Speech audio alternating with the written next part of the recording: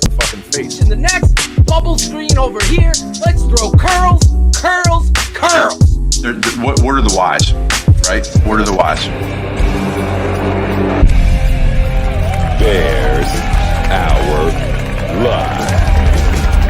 The Tape Never Lies Network, home of the greatest Chicago Bears fans on earth. The following show is for mature audiences only. The Tape Never Lies Network. The Tape Never Lies. Tape never lies. Starts now. 32 is the identity. Yeah, you look at the tape. So as a coach, your resume is the tape. Loses the football. Strip sack and Bears Hour Live. Give me some fucking Bears Hour Live. We go on live right after Bears games with your boys draft talking the smartest man alive. Yo. Bears Hour Live. Son of a bitch, you better block. Bears Hour Live. We go on live right after Bears games with your boys draft talking the smartest man alive. Ran up with the true analysis. You expect raw passion for the show. You saw the growth in locked Justin in with real Fields. emotion and passion for every play. Coach Phil to bring that range, but then with facts like shame. Post-game show like nothing else you're gonna hear. Some can try to copy, but a bucket's not sincere. Delivering the truth on what just happened, to be clear. That's why we're on TV, so you can see it, not just hear. Hey, yo, with Draft Dr. Phil, you know it's always hit sticks. True to fundamentals, never gimmicks and tricks. Guess we're moving Soldier Field up to Arlington Heights. Mill out counting bucks while the mayor pick fights. As our life keeps growing, Shane's all knowing. Delivering the truth on how the QB's throwing. Dimes on time, just lacking fundamental. Whatever the case, we get hot like Senso. Fiery discussions on what happened in the game. This ain't your daddy's postgame show, expect the fucking flame. Not for the average fan, I love they can survive. But don't you worry. Bears Hour Live. Bears Hour Live. Bears Hour Live. We go Let him sit his ass there again. I don't think we're that much worse. The myth, the red legend, Dr. Phil Otoshun. This is football, baby. Culture is the problem. Let's get on little things. Bears Hour Live. Bears Hour Son of a bitch, you better Bears block. Hour Live. That's what happens. That's when you have a real Right business. after Bears And let's games get it with on. your boys draft talk and the smartest. Give me some fucking names. This is Bears Hour Live.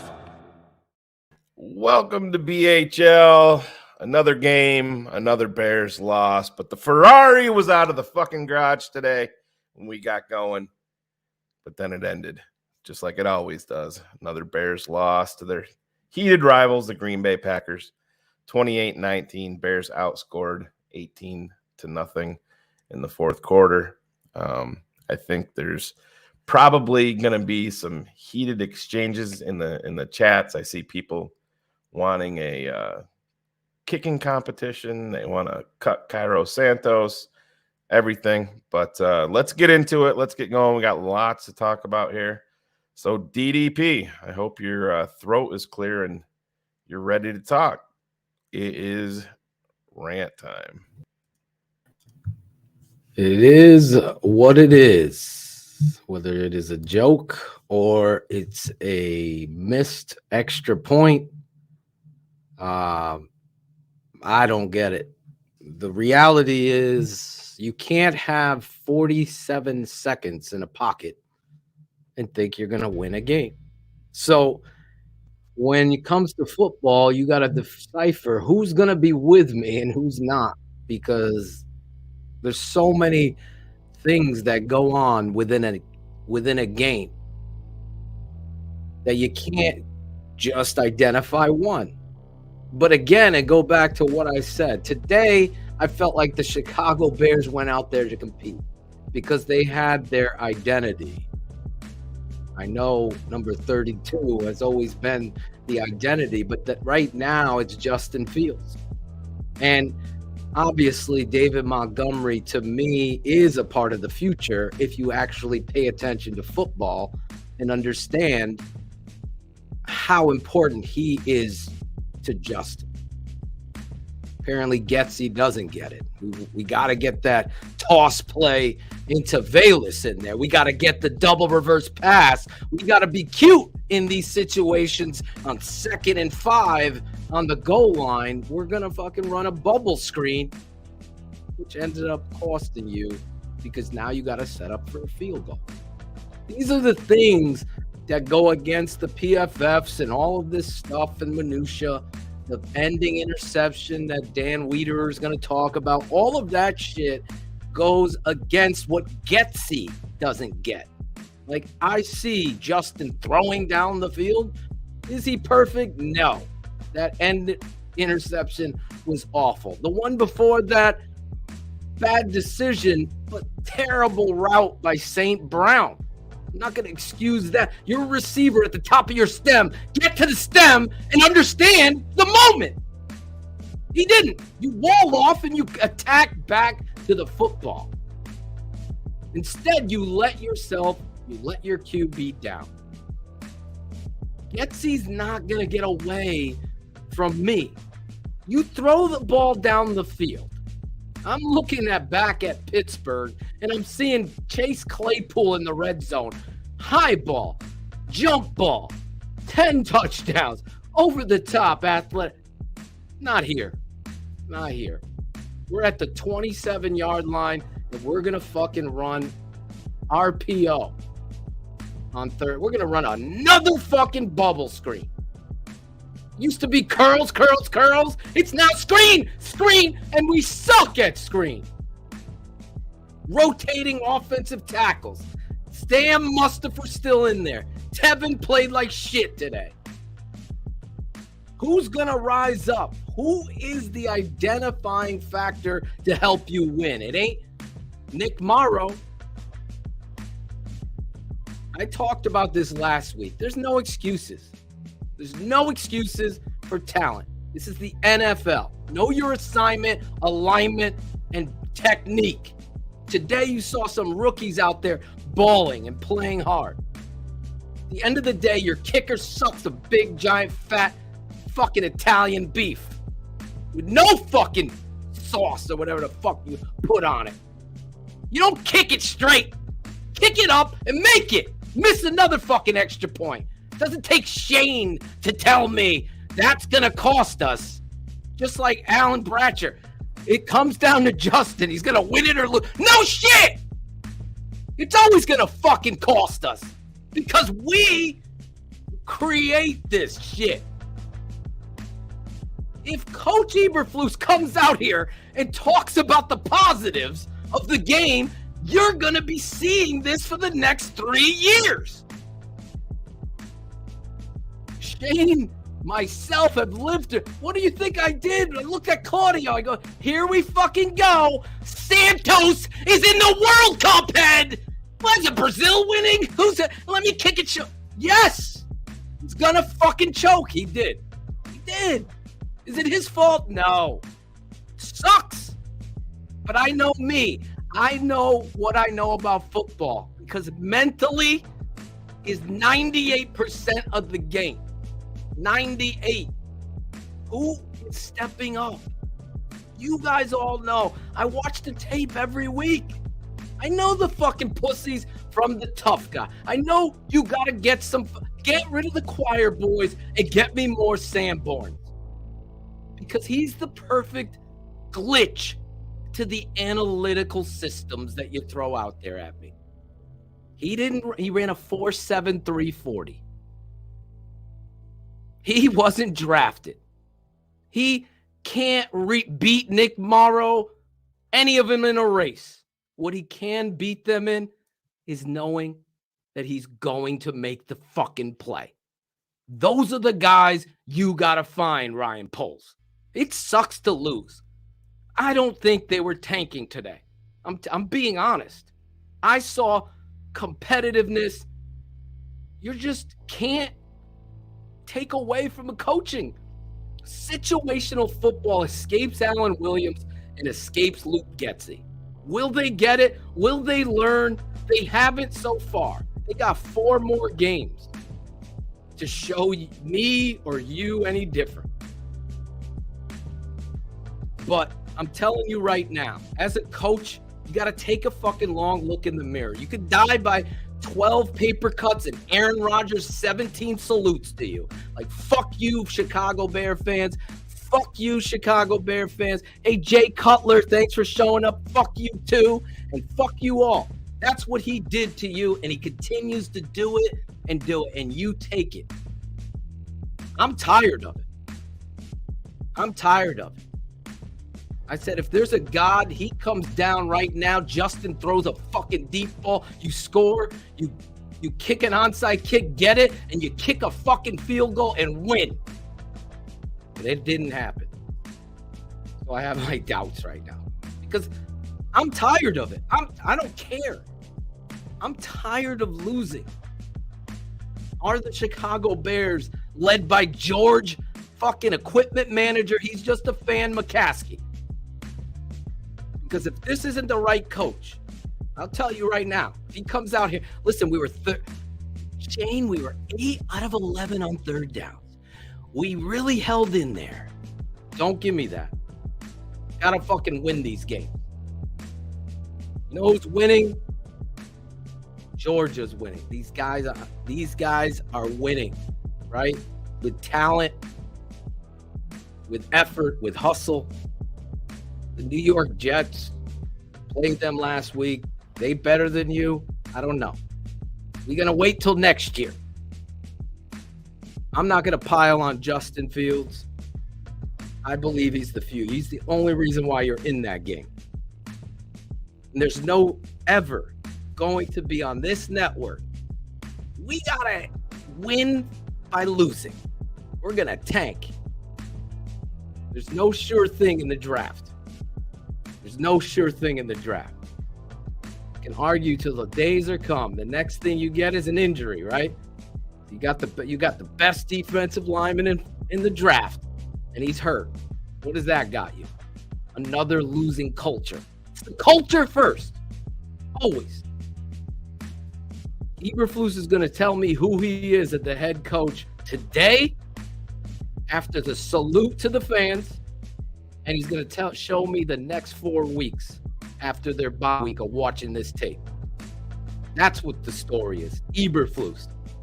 Alan Williams. Is he your defensive coordinator? No. We'll see where we're at here. That's my fucking rant. That's it.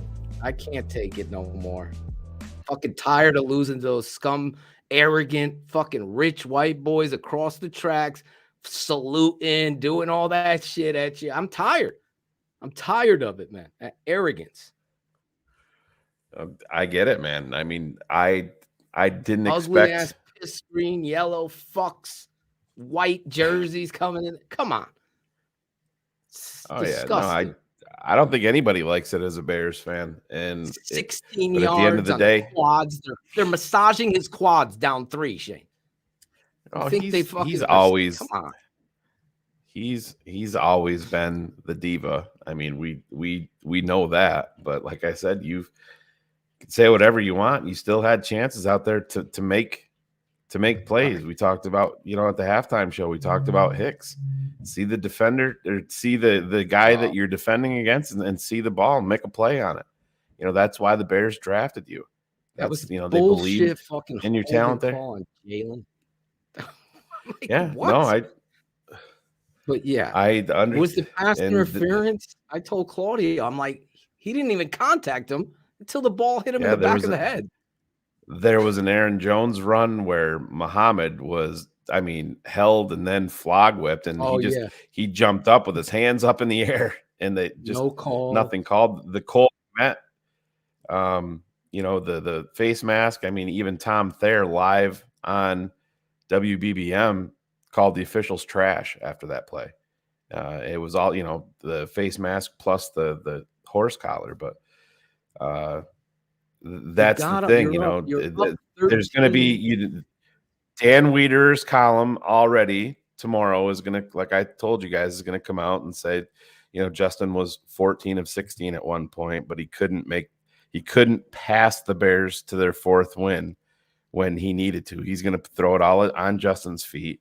And anybody that knows anything about football, I mean, Equinemius St. Brown, I understand that you have to come out and you have to come out firing as the quarterback. Equinemius St. Brown gave up on that play. I mean, there was no physicality in that route whatsoever, Phil. Well, in At the his end of the head, day, Shane. you have to fight. He's not going here. He thought in his head, he's not throwing here. So I'm going to dog my route. That's an issue. That's where, if say I'm a wide receiver coach, I fucking lose my mind. Like, to me, again, I'm not in the meeting rooms with them. I just don't see the Chicago Bears being what we hope they would be on defense or on offense. Just maniacal, under-talented, play as hard as you possibly can. That was a testament to it there. That St. Brown effort. Oh, I'm just covered, because he comes out of the route just like you said, thinking Justin ain't going to me. Yeah, that's not how you run a route. The last pick is 100% on Justin. I mean, that's just he's trying to make a play there, but still, you can't. I blame the officials there, because right here, the fucking Monty, he clearly cleared the first down, and the fucking ref has the audacity. Aaron Rodgers throws to Aaron Jones, and it's close. It's first down. Clock is ticking, first down. I'm telling you, these things matter. I totally agree, bro. I have no idea. I get no one understands why St. Brown. I don't understand. I get the Santos angst and being upset with the guy and being pissed and take it to whatever level you want. But you want to go into next year with even bigger question marks at kicker when this guy's missed two still bring field another goals. Kicker in. Bring him in. Yeah. But there's people in the chat. Cut this motherfucker. Let's be done. I mean, it's just you talk about throwing the baby out with the bathwater. I mean, Soldier Field is not an easy place to kick. We know that. We've seen that. And I know that the extra points are an utter failure this year with Cairo Santos. And every time you miss one, everybody knows it comes back and dictates. Here it comes. The game. Totally dictates. But the guys missed two field goals. 2-point conversion, having a walk-off wide open player. Yeah. Sorry, Alan Williams, you ain't the guy. What do you think? They ran the same fucking play against you the last time. The last time you guys played. Watch it. I'll put them both up. You're not. Guess who else ran that play, Ivan? The Detroit Lions with Brock Wright. Same fucking play. You still haven't covered it. That's a coaching issue. Like, guys, we know what we have to do. Situational football. 3rd and 4. Mitch, let's bounce back 7 yards and let him run. Mitch, we're not a stats heavy network, but with a field goal kicker, you can legitimately put the stats up there. So I would ask you to go look at the stats of Cairo Santos as a Chicago Bear in his second stint here, and then you tell me he sucks. That's just you being overzealous fan and being upset. I get it. Don't tell me that Cairo Santos sucks and he's a problem here. He's probably one of the last issues on this team that you would have to concern yourself with. Is there things that they need to figure out? Absolutely. You want to make another jump next year? You want to make another jump next year? And then you want to have a field goal kicker out there that's completely unreliable and is going to miss 7-8, and then you get the field goal circus, the kicker circus back in town. Let's just pump the brakes on the craziness with that. I didn't like the setup in that drive because I did not want Mr. Santos out there kicking. I just didn't. I didn't like the play calls there. To me, the turning point was right before that, Phil. On 3rd and 5 was the handoff to David Montgomery. I hated that play call. That call was like, put the ball in Justin's hands. Fields got you down there with N'Keal Harry. It looked like he got banged up a little bit. he landed on his Harry back. on I the- don't know. Yeah, but I was pretty upset that they didn't go back to QB1 to try to make a play there rather than handing it off. I totally agree there.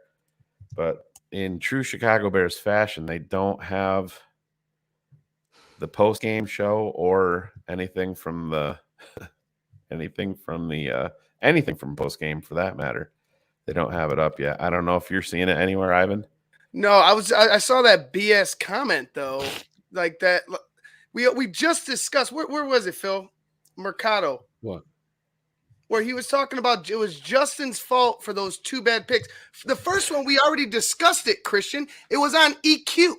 Justin trying to make a fucking play. The receiver gives up on a route. How is it on Justin? And then the next one, he's still trying to make a play when you're down 2 scores. Stop being full of shit, Christian. It wasn't Justin's fault. Yeah, you're down 29-18 at that point. Listen, it was not a great pass. He did have, I believe it was Montgomery there for on the check down. A little dump off, but the first one is, to me, is not on Justin Fields in the least. You see a guy that, listen, at the very least, if you know you're not going to get there, yeah, you have to. You're boxing out like in basketball. You have to play defender yourself to prevent the guy from getting in there. And it's just, Justin was having a good day passing the ball. And unfortunately, all of the haters and the people that want to say that he can't pass the football, they're going to grasp onto those 2 fourth quarter interceptions and say, see, we're right. And that's it. Whatever. The Bears have their quarterback, and there's a lot of teams in the NFL that don't. And that is the number one thing that we all wanted moving forward. We wanted that question answered first and foremost, and I think we've gotten it.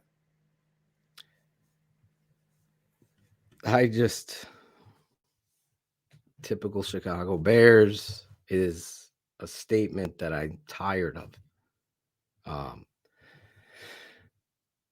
Justin should have taken the check down there. He's being aggressive, and you're hoping beyond hope as a quarterback that you put faith in a guy running through his route, knowing that you're the definer of the separation. So if you could see it, Jair Alexander already understands where it goes. So the quarterback guru is going to tell you Justin should have checked it down there. The coach is going to tell you there's 2 parts to this. A, St. Brown ain't running his fucking route physical or hard enough. He decided in his brain that Justin is going somewhere else because I'm covered. And that's not how you run a route. You should be, and that's what I'm talking about. Not at that point in the game. We need more Justin Field, David Montgomery, Sanborns on this football team that are going to say, I don't give a fuck who's covering me. I'm coming for the football. Give me the ball. Right. But did he want the ball there? That's the thing. And you're 100% correct, Phil. But you can't add a ton of those guys in one off season. It's not realistic. I mean, he's had one off season here in Chicago, and let's be honest. When he fucked up with Velas, right? He fucked up. Oh yeah, I told everybody that on draft night. But I'm just saying, I don't think. Take that's your what guy I'm saying. there. He's got to find these guys. Absolutely, yes. There's no perfect elixir in the NFL offseason. I mean, teams have their misses, teams have their hits, and that's what it is. But I mean, there's going to be a lot of people that are very upset. Chris, what are you watching? We have a fucking quarterback. A fucking quarterback. I'm telling you right now. Yeah. The interception at the end of the game is what happens when you're fucking just trying. You're down. You needed a miracle. Chris probably has some other issues. I don't know. Needs to work on. I wouldn't even. Yeah. I honestly, I lived full of crap. I lived through the game. Is what he is. In the moment of the game, I'm going, we're up this amount. You have to stick the fucking pedal on the gas and start throwing the ball down the field. Getsy's throwing fucking bubble screen. Bubble screen, bubble screen, bubble screen. It's ridiculous. Right. It's a fucking loss of 20. Yeah. A loss of 5 to Claypool. St. Brown can't even fucking block on 3rd down on a fucking bubble to up top. Right. And you look like the shittiest shit show. Are the Packers bubble screen play calls? No. Their off coverage, throw it out there. Yes. That's what you do. Predetermined bubbles versus man, get out of it. It's a fucking joke. And then to your point, biggest moment of the game for me is that 3rd down and 5. 3rd and 5, What are you doing? Ball in Justin's hand, outside the corner, run pass option off the edge. That's it. And you better believe, I'm telling you right now, a better offensive coordinator, I know this is his rookie year, understands Claypool, Kmet, Montgomery. Claypool, Kmet, Montgomery. Get it, flood it in there, and throw the fucking ball down the field. Fucking St. Brown, as open as he is, almost drops that one, Shane, the deep ball. Yeah. He bobbled the other one. Yeah, he bobbled both. His first 2 catches, he bobbled. We have the wrong St. Brown. And at the end of the game, he ain't going to come through to you for you. It's sad. It's sad and frustrating. So the Bears aren't going to put their press conference up today, is that? I haven't looked here in a couple of minutes. George talking to the I've been team. looking. It's not there, so I don't know. Yeah, they usually air the post game show immediately with Miller and those guys on their own, but there's nothing up. It's just the now I believe the Justin last has was his a own course to chart, okay? And many quarterbacks, Troy Aikman, Peyton Manning, have had to chart a certain course. He's 0 for 6 with game on the line, right? This wasn't that for me because you're down 2 scores. The coach, Alan Williams, the 2 coordinators, I've got serious issues with. I'm coaching the game within the game. You're up 13 after Justin makes that big run. Then you score again off a nice run by David Montgomery, the determination. Now you have them on the ropes. You getting into this game of let's run a double reverse. Let's run a double reverse pass. Throw that shit out of the fucking books. And then, I'm sorry. I'm a competitor. I can't fucking take this motherfucker saluting the fans. I just can't. That's why I want to see how Eberflus handles this shit. Yeah, I get it. But I mean, you have to, I know nobody wants to hear this. You have to get the dogs that are going to go out there and not take it. And I don't think you're going to do that with a bottom of the barrel group. That if you go on this defense, let's go through this right now. Yeah. On this defense, what guys are starting on other teams on this defense? Sanborn. That's it. Yeah, I believe maybe. Honestly, it depends I on know Sanborn. That kid. But there's several plays against the Jets that you have to be an amazing linebacker to make. Okay, on tape, me and my dad watched it with you. He made some mistakes, but today the play that he does kept his eyes downfield and threw it down there, so that was really good.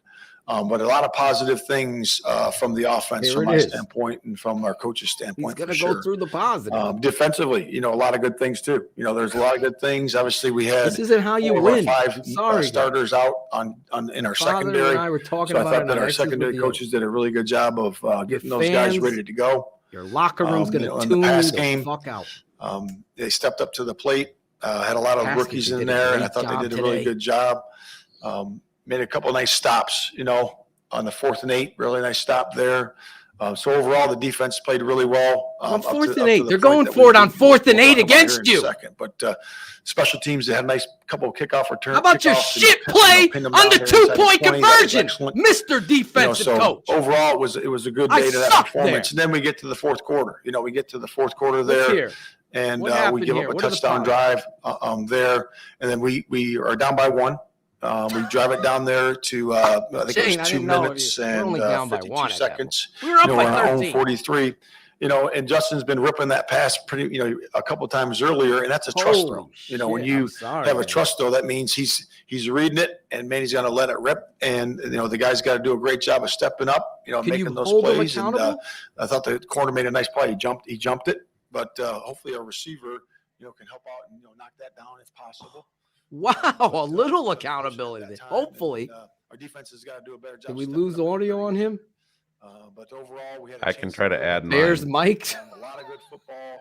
Bears. Hold on, let me. That's the mic. That's the mic that I got from YouTube. It sounds like it's blasted. I'm guessing that the mic, they turned him down on his positive fucking rainbows and sunshine.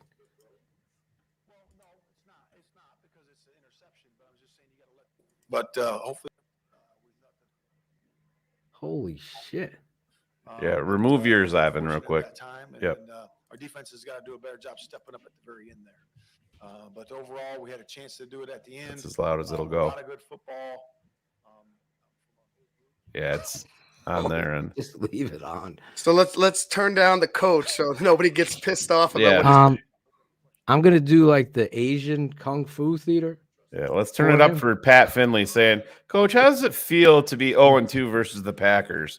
I'll your answer first season as coach. Listen, we played really hard for 48 minutes of football. I got to be proud of them. Tonight, I'm going to treat them all for pizza. Going to give everyone an award. It's like, what the fuck? You came out again enlisting the positives, man. Are you fucking kidding me? Oh, my God. It's like going to a concert, right? Whoever you like. And the fucking sound system sucks. Fucking the guy's drunk, the lead singer. Do you guys want them to come out after the concert or the next day? I don't see it that way. I always think, in a positive way, and I always think that our team does too. But to go back, your first part of your question there, no doubt, you have to find ways to get that done. You have to find ways to close games out. We're excited about these next 4 games to be able to get ourselves in position to do that. We're right in that situation there today. To be able to really, you get it in field goal range there, then all of a sudden the opponent has to bang timeouts and you're in the driver's seat right there, and then you try to work as much time as you can, kick the field goal and go up 2. Or score a touchdown, but we were right there to get that done, and we'll get that done in the future. Going back to that trust throw, you said it was not a good throw, but you're glad he, I guess, put it in there. Is it the placement that you didn't like, or just the outcome?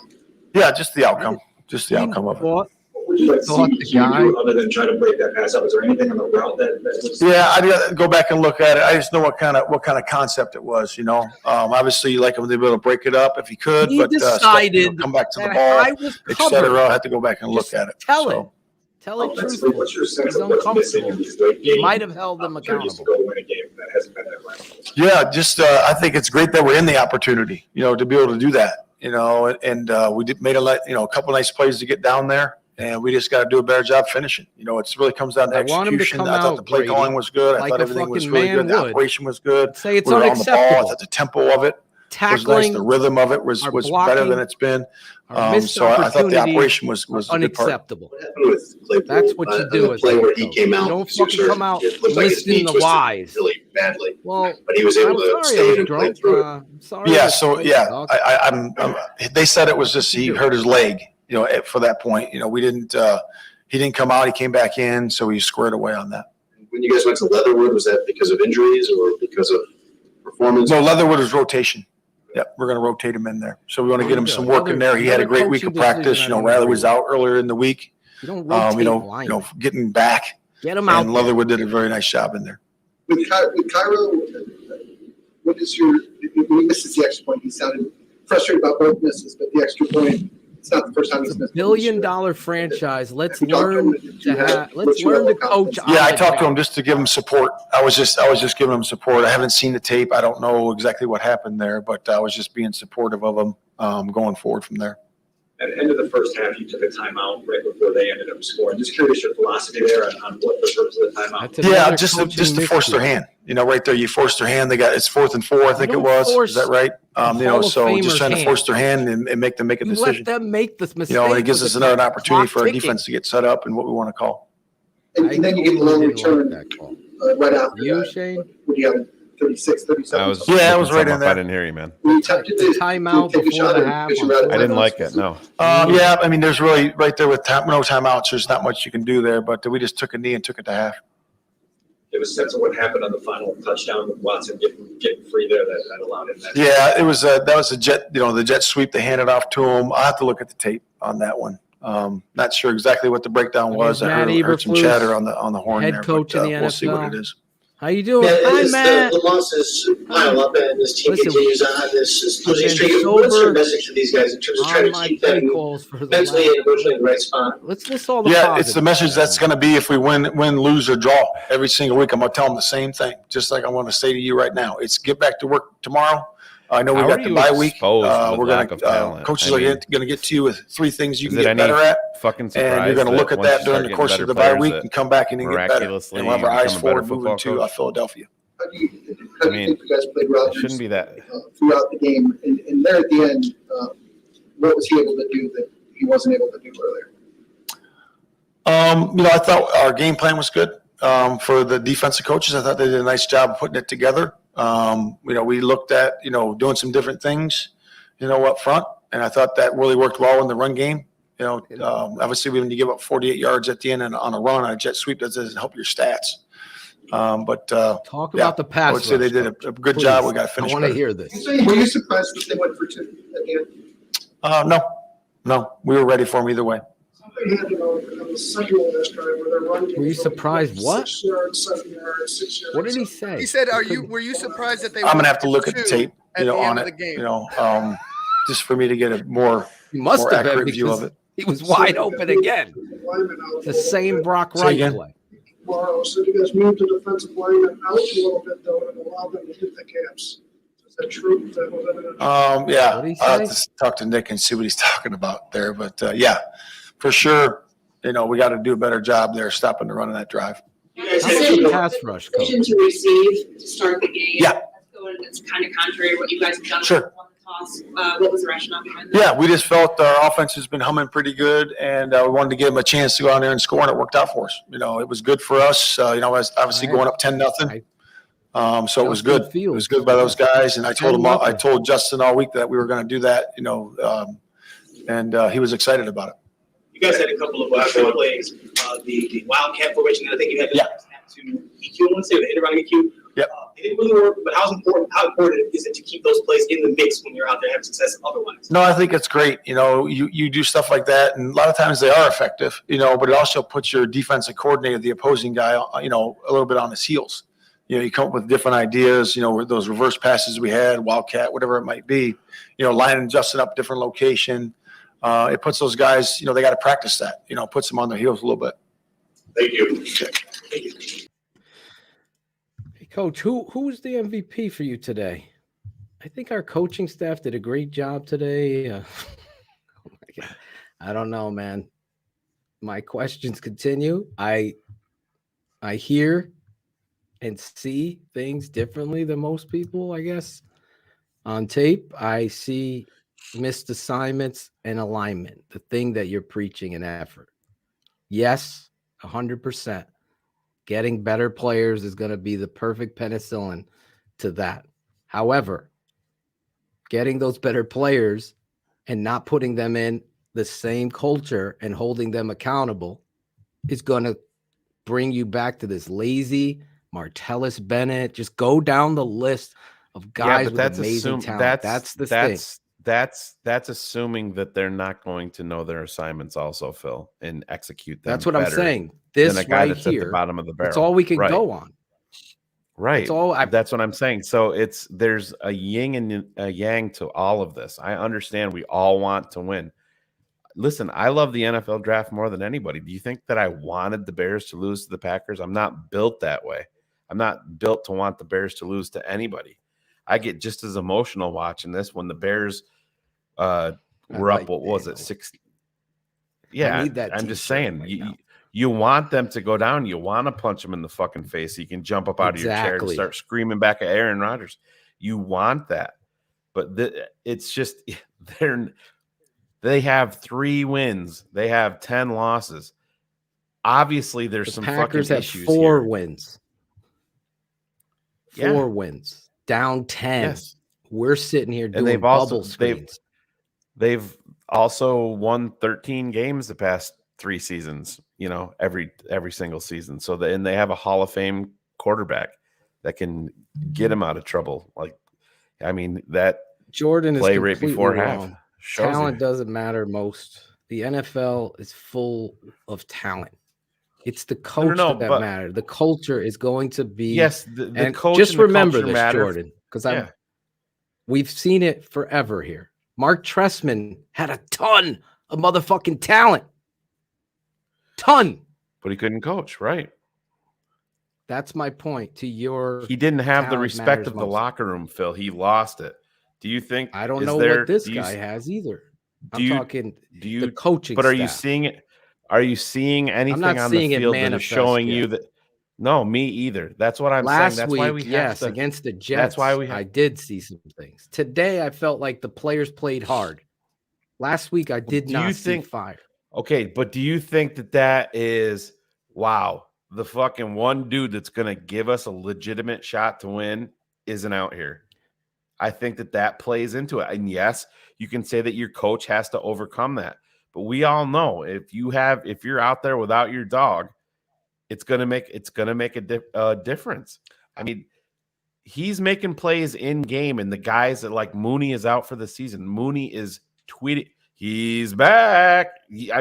That's showing what they think of this kid in the locker room. Lucas Patrick hasn't done shit. Everybody, I was there. Yeah. There's no doubt Justin Fields has the belief of all of those fucking players to a man. That's not even a question. But this is what I want to say to the chat room. There was a little. Here's the offensive line coach. Touchdown run. How did it feel? Oh my God! To be honest with you, but felt good. That's the first question. Great way to come back. How did you feel scoring? Oh, I hated it, Pat. I mean, you know what, Pat? Feel all right. Shoulder held up pretty good on Demo's touchdown. I had to push Kenny Clark down. So that's the only play that I got aggravated on, and then kind of messed up my hand second quarter. What's the difference between the quarterback and the coach? Halftime, answer your question. It was either second quarter or early third quarter. This is the marriage that matters most. Did you get a painkiller shot? Nah, I just played, On that touchdown run, what did you see as they kind of tried to hem you inside and then you make your play? I saw me run through. That DN just crashed crazy. They brought nickel pressure on that. So, it was just me and the nickel. And then, by that time, guys did a great job downfield blocking. And, we scored a touchdown. So, yeah. You said you thought you were moving slow. What do you mean by that? I just felt like I was moving slower. This is the worst fucking media ever, bro. GPS on that and see how fast I was moving. So we'll see. How about leave with this? 20 miles an hour on the road. Oh, really? Yeah. Did you see Aaron Rodgers salute the fans, Justin? What do you think of that? That would be my question to him. Set it up. The first interception. Can you just walk us through that play? Just a dig route. I think 23 made a great play on that play. He's not going to throw. He was underneath him, but under the box. At that point, once you throw that ball, you anticipate the throw, and then boom, he jumped it, and then really at that point, you just like to see the receiver, come back to the ball. There you go. We always just try to tell the receivers that, those DBs are gonna, they want that big East Coast time. They're gonna attack that ball. So told you, that's just a timing throw, anticipated throw, and I think 23 just made a good play on that. Justin, what was winning a game late do for this young group? We realize, kind of the roster's got a bunch of young guys. Mm-hmm. I don't know if you saw Aaron Rodgers salute the fans. Learning how to accomplish at this level for a lot of the younger guys. It'll be fun. We haven't had that feeling in a minute. So, just winning a game would be awesome. 6 games in a row. Hey, Justin, Nick Mariano, CHGO. What did you think of the people having individual cleats this week? Process, though, to figure that out. the wins are going to start coming. I thought as an offense we got better today, so I just can't wait till they start coming. They're going to start rolling in here soon, so just got to keep working, keep getting better. Hey, Justin, what do you think about eating tonight? What do you got? What do you got planned? I think the O-line did a great job protecting. off I at think the his run Uber game the was other night. solid, and I think the passing game, really took a big step today. So, going to progression stuff like that. Again, like I said, the O-line did a great job in pass pro. So Matt mentioned one of the throw you hit the Cole. It was kind of you climbed up the pocket and then saw him and hit him for 24 yards. What did you see on that play, and what did you like about that particular sequence? Yeah, I mean, I think we started long on that play, and of course we had a good amount of time. Thanks to the O-line, and just stepped up, going through my reads, and kind of just saw him late on the sideline, just chilling over there by himself. So got that ball out, and we were able to convert the third down. So yeah. The one in the key, what did you see on that? That was obviously a scramble. The key is asking the motherfucker about. Yeah, so I was trying to throw a hitch to him. 23 again. He was sitting. You've already asked sitting him on the it, trying to jump it, dumbest but question so far on the moved plan. on to the second read, and he kind of got jammed up, and then I felt pressure from my left, so I spent out.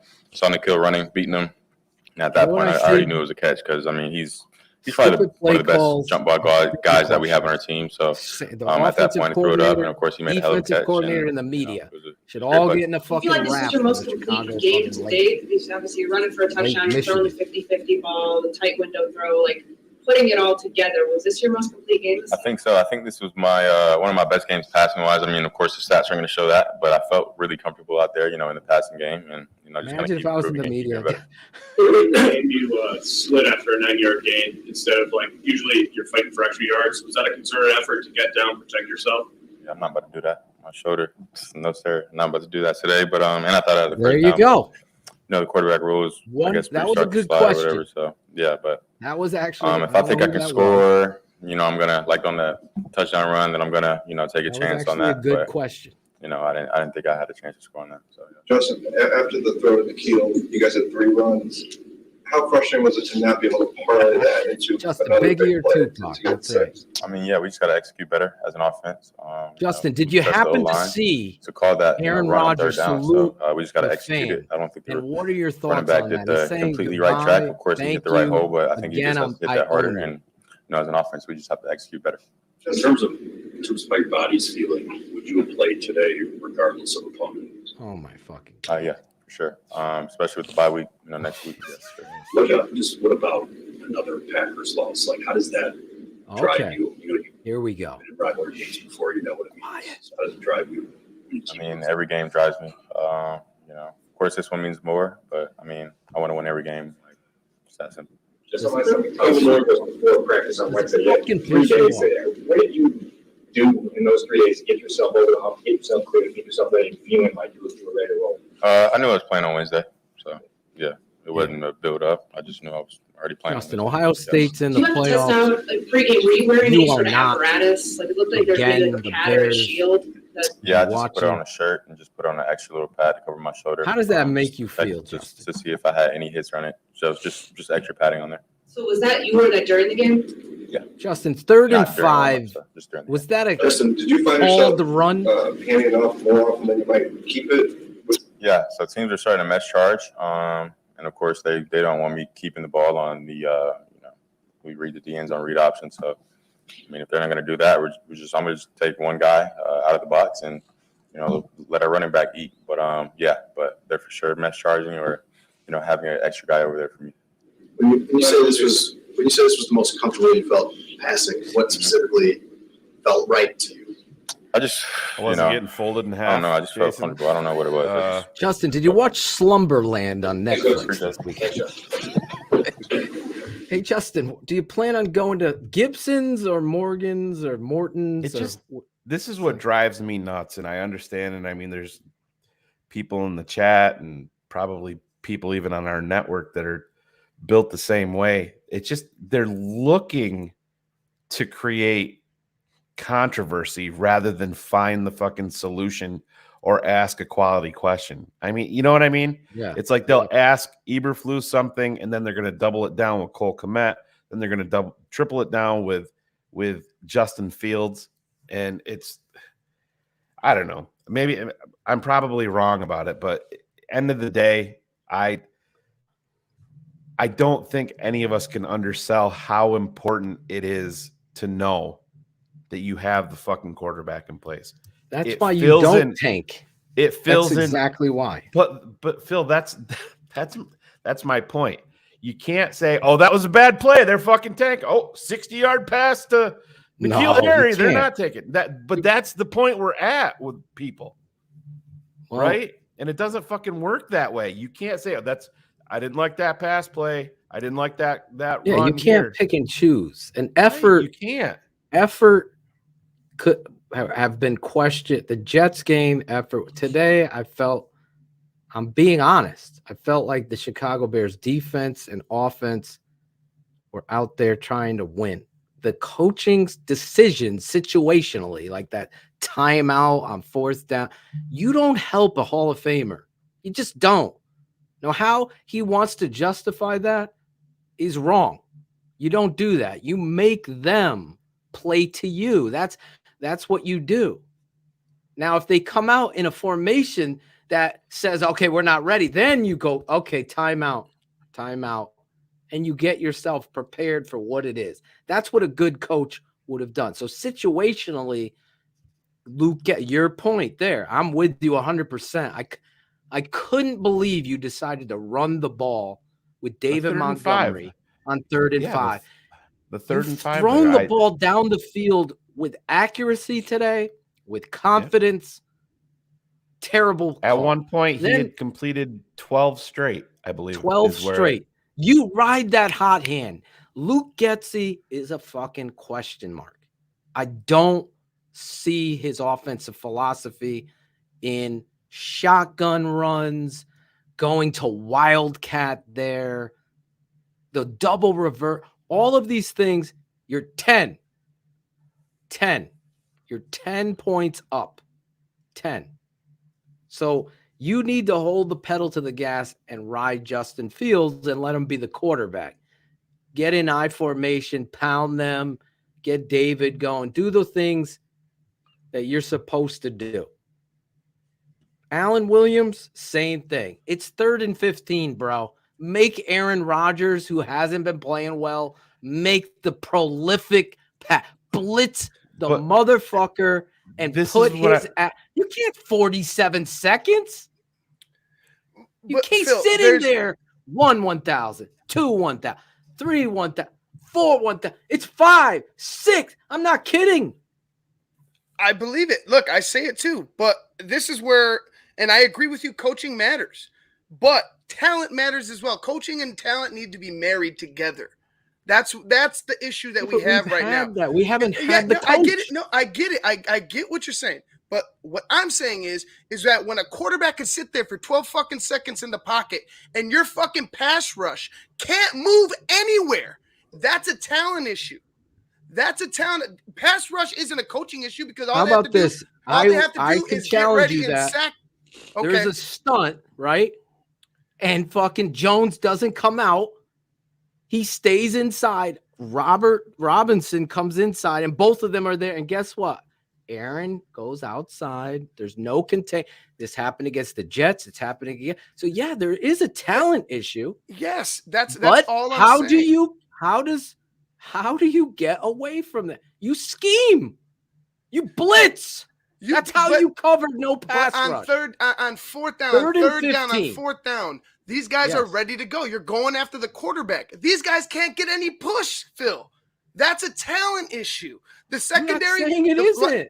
That's what you now. That's what I'm saying. Like that's you what I'm already saying. know that. These are the issues. It's a talent issue. But these are the issues that plague the Bears. Is a talent issue. So what do you do? You're a boxing manager. Your kid has talent issues. You throw in the white flag?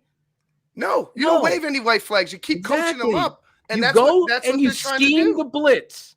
You scheme to get pressure on 3rd down and 15 because you know we got a talent issue. We haven't won 3rd down. We haven't gotten a sack. So you do something aggressive. Okay, so Phil, we can go back, and maybe Bratcher can do this. We can go back to BHL when Vic Fangio was here, and there was points where you even wanted Vic Fangio gone. I was pissed off of Vic Fangio. You remember the picket picket fence defense and all that shit. The Bears have given up 3rd and longs forever. I can go back to when Brian Urlacher and all of these guys were here. I never felt comfortable ever. And I know it's the scheme between Flus and the scheme between Lovey, but even when Vic was here, we saw it. And I go back to you brought up Mark Trestman. Everybody knows that he couldn't command the locker room. I mean, Lance Briggs went and shit in his office to send a message. That's a true story, in the head coach's office, and didn't flush it. And I know that's disgusting, but what I'm just saying, you have to be able to command the room. I think I haven't seen one thing that has shown me that these guys don't respect Matt Eberflus. I've seen quite the opposite. I've seen a transformation in where I don't know. I agree with you. It's year 1. I'm not saying fire Eberflus. But that's what I'm trying to say, Phil. In the chat, everybody's hearing you get fired up, and everybody's saying, "Get this motherfucker out of here." Not everybody. There's a ton, Phil. There's a ton of people. Well, listen, everybody's going to be very disappointed after a loss. And are you okay with what he did just now? Again, against the Phil, Packers. you know my stance on press conferences. I'm not putting a ton of stock in any of them. I can disagree with what he says, but just like you just said, we don't know what's going on behind the presser. Then we watched the Jets game. You watched the tape of that, right? Yes, and I also know now. Don't Were forget, you happy with that? No, I wasn't. But I also know that we were down our quarterback. We were down almost everybody in our secondary. They lost their one leader that they have out there in Eddie Jackson, and I think that all of that plays into it. And there's a chance that 60 to 70% of this roster isn't here next year. There's people that are saying in the chat and on Twitter and on Facebook that this is a horrible culture in Chicago that this staff has built. Based on what? Because they've got 3 wins? This guy can't fucking coach. Well, did he unlock the most important fucking player on your team? He did. I'm just saying there's a yin and a yang to all of this. You can't come out and just be volatile and want to throw everybody in the fucking fire. I'm not saying volatile. Yeah, you are. So am I. Concerns that I have in truth. I don't like coming as a coach. For me as a coach, I'm telling you, the fan, it throws caution to the wind when you come out after playing pathetic or who are the best coaches? Who are the best coaches in the NFL in pressers? Who's got the best record in pressers? Bill Belichick. Get the fuck out of here. He doesn't say shit. He doesn't say shit, Phil. We're going on to Cincinnati. Go watch one of his. It's played awful today. We're on to Cincinnati. Watch him. What did he say the other day? We were awful. I got to be better. These are the things that I want to hear from your head coach. Okay, so that's the blueprint. It's going to be Bill Belichick. Well, I don't have everybody. I don't watch everybody's presser. I'm sure I see situations like with Kyle Shanahan that I know. I can go down the list. It just so happens the guys that I really believe are maniacal also happen to be in the college football championship. They're in the fucking playoffs every year. He's also underperformed every fucking year until the last 2 there. Right? Who? Harbaugh. Has he been fucking fantastic? Harbaugh has won everywhere he's gone. Everywhere. And he continues he was brought to Michigan to win national titles, and he's essentially not done the fun. They wanted to run him. They wanted to run him out of there in 2020. They wanted to run him out of there in 2020. What they wanted to do. I told them that's the dumbest thing. We'll take him. I'll take him. I know what a good coach is. Where is he now? Yeah, he's in the college football playoff. Okay, that's what I'm saying. That's how long has he been there? What did he do then? What the fuck? How is that the mic drop, Phil? Because he's in there this year. So the previous 9 fucking years don't matter. He was there. The previous 9 years don't matter. He wasn't. They wanted to run him out of town in 2020. How long has he been He was there Michigan's head 4 coach? years, and they wanted to run him out of town I'm after just the saying that COVID season, the shortened fucking season. That's how fans are. Sean Payton, same way, maniacal. These are the guys that you want to see. Bears, will they pay? Someone said something very Bill enlightening. Belichick, George maniacal, McCaskey had Tom and Brady. Ted Sean Phillips. Payton, maniacal, had Drew Brees. No, wait. I'm just fucking saying, talent fucking matters too. You got to have a fucking quarterback. Why does Kyle and Shanahan we found have? one. Kyle Shanahan, what does he have? What do you mean? What does He's he got- have? he's- the guy he that they maniacal? traded for while he was there. What? Who's responsible for Jimmy Garoppolo coming in here? Jimmy Garoppolo, is he a great quarterback? He went to the But Super who's Bowl responsible? with him, right? Who's responsible for him being in here? Jim Harbaugh has been at Michigan since 2015. Okay, so I was off by 2 years. Don't worry, 2 years matter. Anyway, Jimmy Yeah, Garoppolo, it did, because 2 is he a years great ago he quarterback? sucked. Would you 2 years take ago they Jimmy? wanted to run him out of it. 2 years After ago they the wanted to run him out of COVID Michigan. season, stupidly they did. That's what stupid But fans. Phil, do you think that he's been Your a point resounding doesn't matter success in because Michigan? Drop is Phil, he's number 2 in the country right now. My God, Phil, yes. this is Nick his bowl Saban. record. This is his bowl record, Phil. This is his Nick bowl Saban. record, right? You're I 2 don't care. and 1, 2, 3, 4, 5, 6. Where is he now, Ivan? Where is he yeah, now? but is he going to Okay. win that bowl? Is he going to win? That's the big question. I don't know. That's is what Michigan San was Francisco asking gonna win the themselves. That's Super what Bowl? Shane's saying. I don't know. Are they? I'm giving you names. You wanted names of pressers. That's all. That's my point. And I mean, Jimmy Garoppolo if is you're is my holding example the team, that it's if you're holding the coaching team culture. accountable and you're pointing out the flaws and the miscues to them in the locker room, I think it's wildly more important than you getting up there and kicking and screaming and slapping a podium and say the Bears are who we thought they were. No, you guys are completely off on what I want. I want some ownership to situations where coaching has cost you. All of us have seen it, including Ivan. All of us could see it. And to sit here and say, let's sit back in a zone like Vic Fangio, that's complete different, and allow third and whatever with a Rodgers who hasn't played well and let him sit back there for 14 seconds and think you're going to win like that's a coaching issue. Because guess what? It took him 14 seconds. That shitty secondary of young players that fucking played with heart today. Are they talented?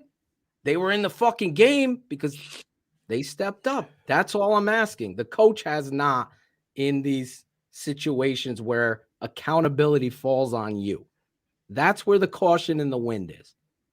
Shanahan was my example to showing you it's not about a quarterback alone. It's about a culture and a coach. Same with the Jets. Quarterback the Jets. Did they win today? Did the Jets win?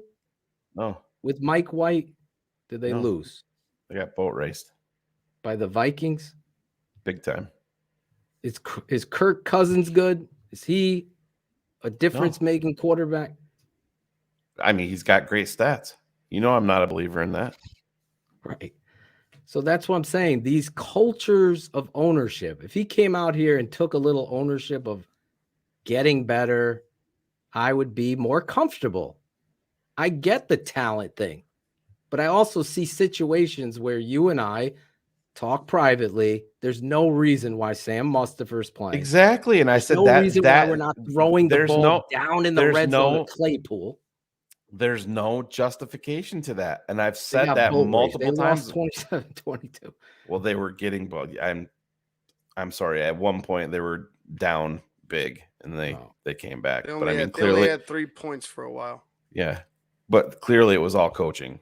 And well, he's done a really good, that Jet coach has done a great job of showing coaching matters. It does. It will always matter. And I don't think there's anybody here saying that. I think you just have to say to yourself, coaching matters 100%. And so does talent. The Bears are devout of talent. And it is Big issue. But this coaching staff is also the reason. Now, I had a debate with Cool Kennedy last week in DM about this. He said that coaching didn't have anything to do with unlocking Justin Fields. It was all Justin Fields. And there's no fucking way that's valid. There's no fucking way. You have your quarterback coming out and saying that this is one of the brightest and best coaches that he has ever been around at any level in Luke Getsy. It doesn't mean that he's making all of the right calls every time, but he's coaching the kid up, obviously behind the scenes enough. And Justin has come out and said, I want to be coached hard. We needed Eddie Jackson to be coached hard and to take a step. I think we saw that. Did his play go off a little bit lately? I think so, right before he got hurt. But I just don't think we can make any definitive statements on this coaching staff whatsoever when clearly their blueprint this season was to see what you had at quarterback, to be sold that he was the guy, check mark, and to get through the season, clear the books financially, have draft picks. And yes, you can say that it just because you have all those at your disposal doesn't mean it's going to work out. That's true for Bill Belichick. That's true for Kyle Shanahan. That's true for everybody. But end of the day, if you're losing a game, I think if the Bears lose this game and they go out and have a good offseason and Justin is happy and he's going to take the third year step and they get the offensive line switched around and get some stability there, I think that you can 100% expect growth in all phases. Coaching, front office, quarterback, offense, defense, special teams. None of this is a perfect scenario right now. End of the day, the shining beacon is QB1. That question has been answered. There's nobody that knows anything about football in this chat that can debate me otherwise. You're either here under a bullshit name that just doesn't like Justin Fields, or you're rooting for another team and just want to be a jackass. That question has been answered. The Justin Fields question is the most important. Everything you said, I agree with. And that's why this is right here. What he just said. If they bring in a ton of talent and they still suck, yes, 100%. Then you have to hold them accountable. That's why Matt Nagy's first year, they went out and blew their fucking wad. You can't twist my words. My words are this. I'm not twisting any words. Not you. The reality is, if you come in a culture expecting alignment assignment, no loafs, get your track shoes on, and you come into these losses listing off statistical positives in a loss, it's not the right way culturally to turn this around. It causes pause for me, caution into the wind. All of you could have your happy-go-lucky, whatever you're looking for. But as far as what your expectation is moving forward, it creates a line for me to analyze because that doesn't match up with what I'm seeing on tape.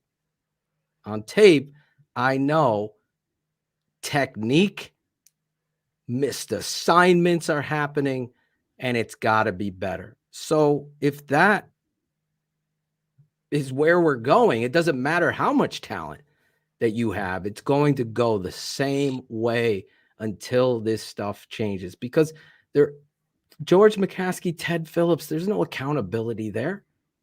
There has to be a level of understanding this is what our expectation is, and no fucking person is going to fray from that. So when they get the talent, when's the year we get the talent everyone is going to say, okay, now it's time? Because I've seen it starts in 2023. That's what they've cleared the deck for. And then the radar is squarely on their fucking foreheads. But let me ask you this, Phil. Mm-hmm. Where is the game in the NFL won and lost? What position or what positional groups? And what else? Line, defensive line. Okay, so let's stay there with those two positional groups. Okay. Out of those 9 players, how many can you tell me without a doubt are going to be on this roster in 2023? Out of those 9 positions are going to not just on the roster, but starting. One. But starting. Offensive line guy, right. I see one guy, Tevin Jenkins, and he didn't play well at all today. I'm just letting you know.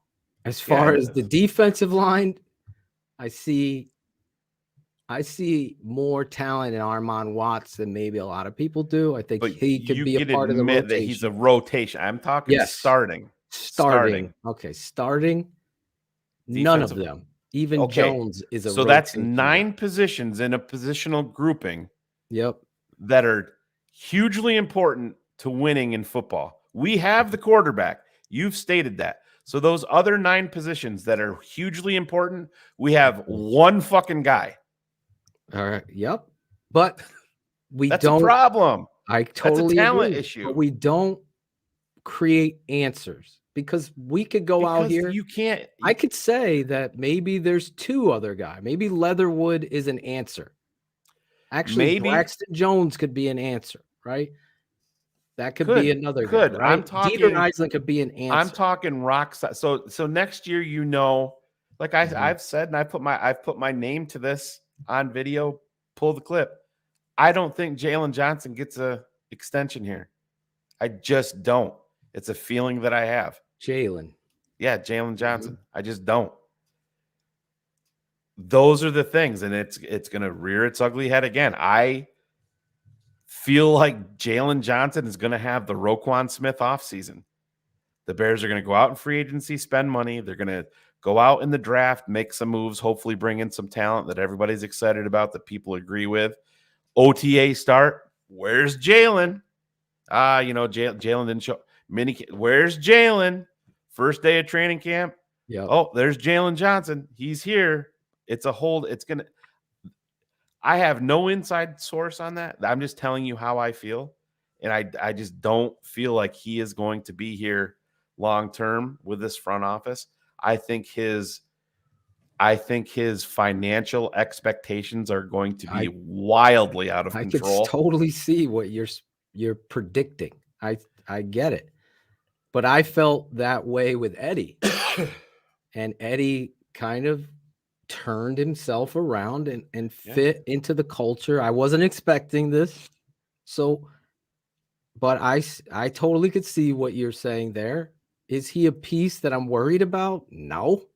No, I'm not. I just great corner that I'm like, oh, no, he doesn't. He chooses when he's going to tackle. He makes some errors in coverages. He doesn't fit the culture, so to speak, that I believe Eberflus has been trying. I mean, that's the biggest disappointment for me, going back to talent versus coaching and all this. At the end of the day, all I want the coach to do is be accepting of what he and his staff aren't doing. Whether your hands are tied behind your back, I have been around coaching my whole life. You do everything in your power to win. That's it. That's where the culture begins.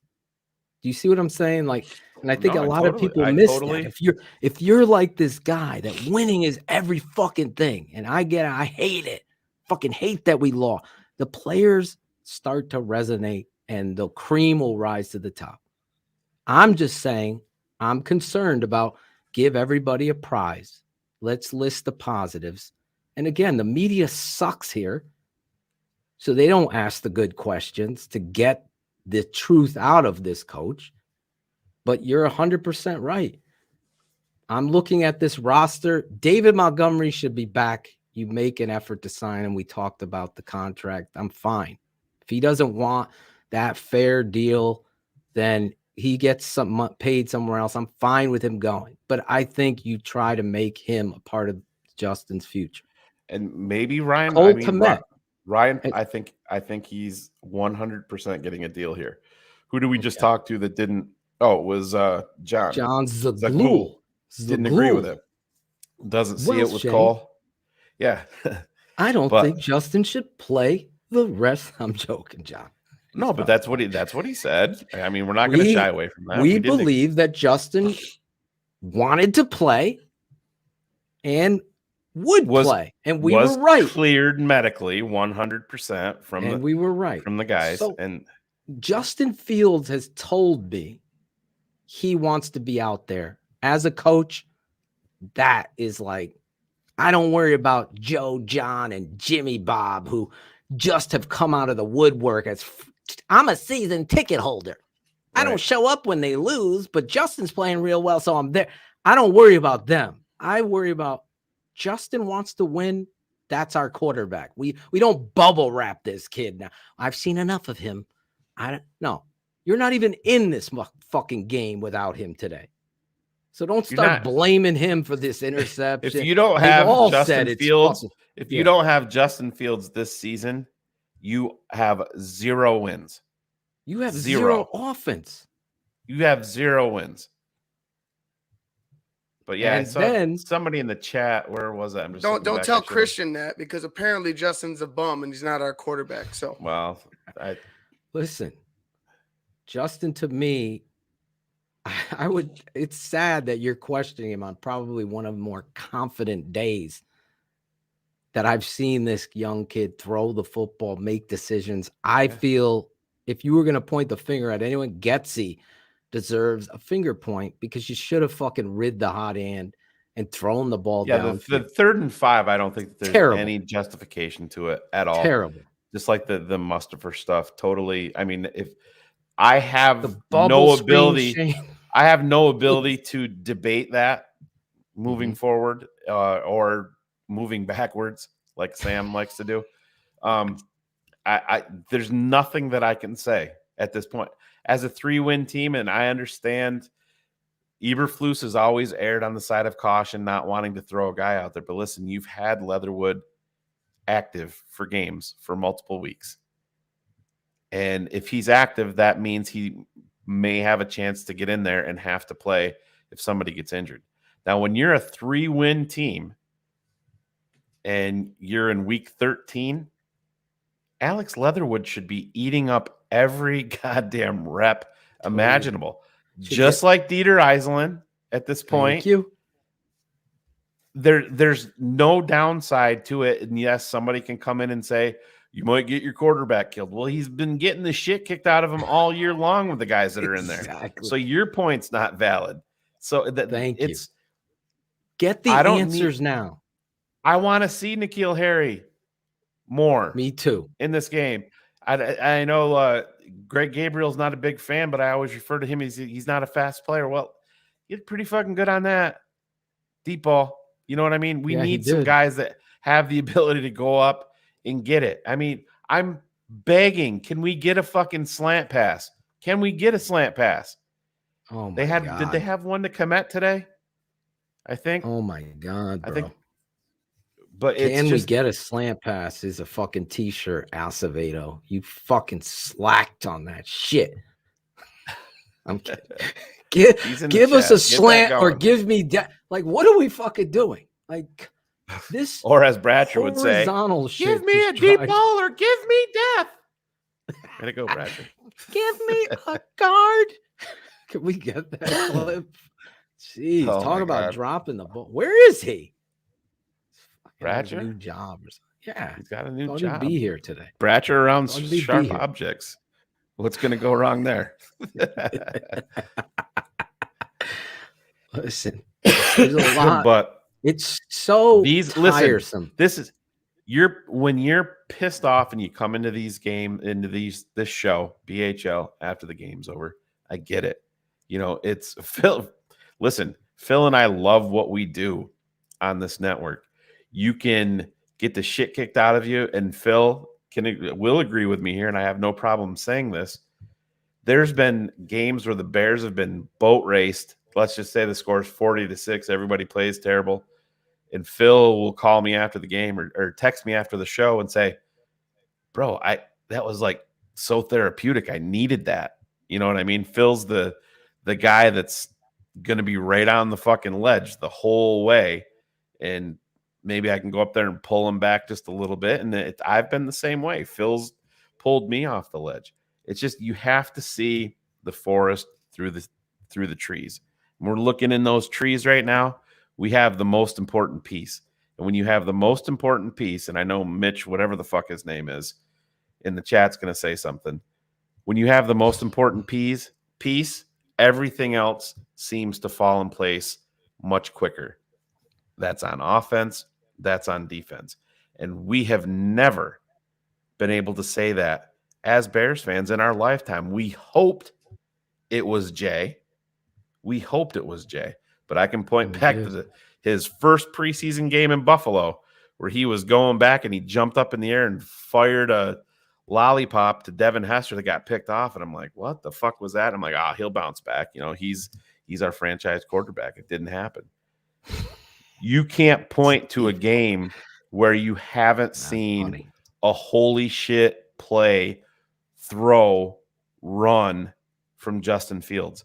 It happens not just every game. It happens once a quarter. You're like, yep, that dude gets it, has some things to work on, needs some better talent around him, needs to speed up his internal clock a little bit. We have that guy. If I didn't have BHL, the Bears would have given me a heart attack already. I'm so tired of losing. I'll be the first one to tell you, I am a fucking maniacal fuck. I refuse to go down losing. I just won't. So when I get a guy like Jimmy saying this stuff, it's convenient. Oh, if Eisland's so good, why isn't he in there? That's what we're saying. I've seen it on tape. I don't let him prove now at this point that he can't that he's play. Not good. Exactly. Yeah. That's what coaching. That's what drives me insane. And this isn't just Eberflus. This is me and Shane living through all of these coaches that get to the end. You never get an answer. We ain't losing next week. That's right, Peyton. We're gonna fucking have a great bye week. We had a great week of practice. Yeah. But I just want to see, like the kid. What's his name today? The number 39. Oh, Blackwell. Blackwell. He gets out there. Did you like what you saw in him? Yeah, you did. Because he played with the kind of heart. You guys have heard me say my connection to the Philadelphia Eagles.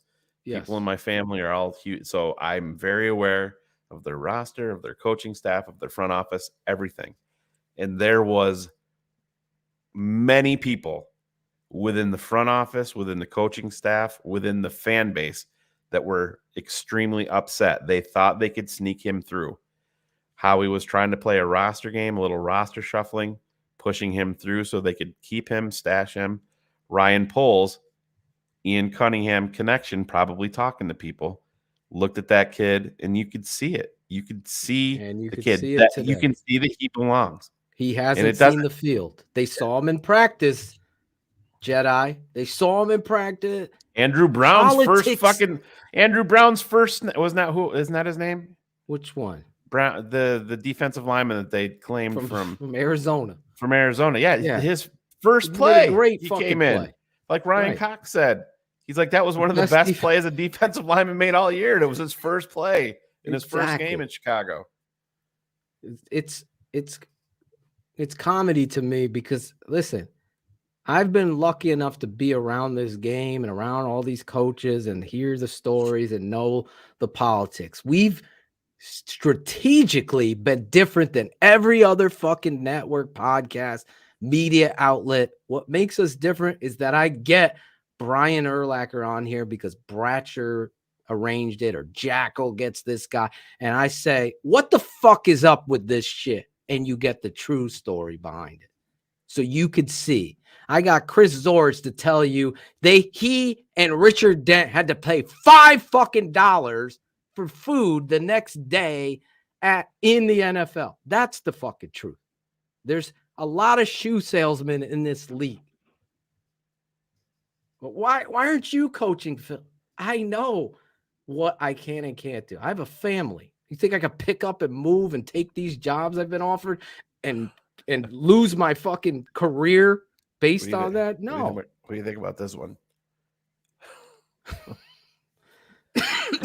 Oh my God.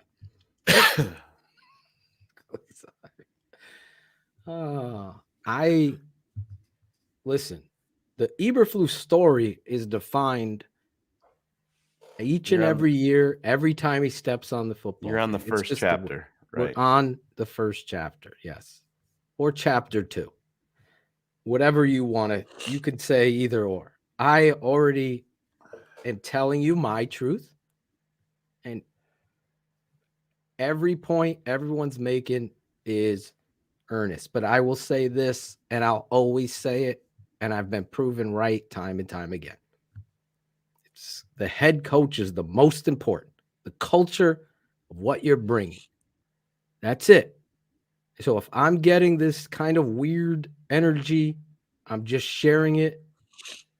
And the first chapter sucks. Does. I hate losing to the Packers, and so should you. But I'll tell you this, George McCaskey, if you're listening again, you can't just get up and rise to the occasion against Green Bay. You have to make a full-on effort to embrace the energy and get some players in here that are completely like the Justin Fields, the David Montgomerys, the Sanborns of the world. That's what your job is right now, Ryan Poles. You got to find the answers. You can't sit here going after a bye week and bring Sam Mustipher out there next week. All right, so we just had an X's with the O's on Saturday, me and my father, and we went through hours of tape watching Mustipher, and my dad's like, the whole reason why your offense sucks is because you got this center there. That throws caution into the wind. Yeah, and Tevin Jenkins. You're right. Tevin Jenkins is he didn't play his best game. Maybe it's better on the tape when I watch it, but in critical situations, there's a trap play. He should have fucking just buried that motherfucker out. He missed it. It's lost in the hole. Then Clark just manhandled him on one play too. So we gotta find these real identifying factors in the Ryan Poles, Matt Eberflus definition of what it is that you want. And listen, you, me, and everybody else, I believe, want the best for the Chicago Bears. If you're here after a fucking another loss to the Green Bay fucking Packers, and your kicker gets a fucking missed extra point and a field goal blocked, and your quarterback throws an interception, and someone's fucking saluting the fans, and you're not pissed off, then I don't know what to tell you. Oh, we knew we were going to lose anyway. I don't put those types of people on my staff. I don't put them around me. I don't put them on the network. I joke. I break fucking Bratcher and Jackal and Claudio and Ivan. I break everyone's balls. But at the end of the day, I'm breaking their balls because I fucking love them. And it's funny as shit when Bratcher fucking takes up fucking Facebook. It all comes down right here to just no shit. Bratcher, fucking holster your Facebook post. Oh, I put that on Bratcher, jinx Justin Fields at the end. Just for putting that out there. I don't know where he is. But, and then it's, you know what, Shane? It's hard, but you only get 17 of these. And then you're in the fucking shit doldrums of the offseason. That's where you are, right? That's why you need to be a TTNL Network patron. Right. Exactly. Then we break down the fucking tape for truth. I don't flip-flop. My guy are my guys. My guys are my guys that I feel are going to help this football team. Now, if you're probably at number 2 still, unless Jacksonville won. Who holds the first pick? Houston, and they lost to Cleveland. Yeah, so that's probably pretty well set. But I mean, Chicago's coming out of the bye week with Philly and Buffalo at home, so those are going to be 2 juggernauts to face. And then you gotta have play your best, though. Yeah, you have Detroit on the road. So 3 out of the last 4 games are at home in Soldier Field. So that's a benefit to you. But you have Philly Detroit on the road. Detroit Philly's at home.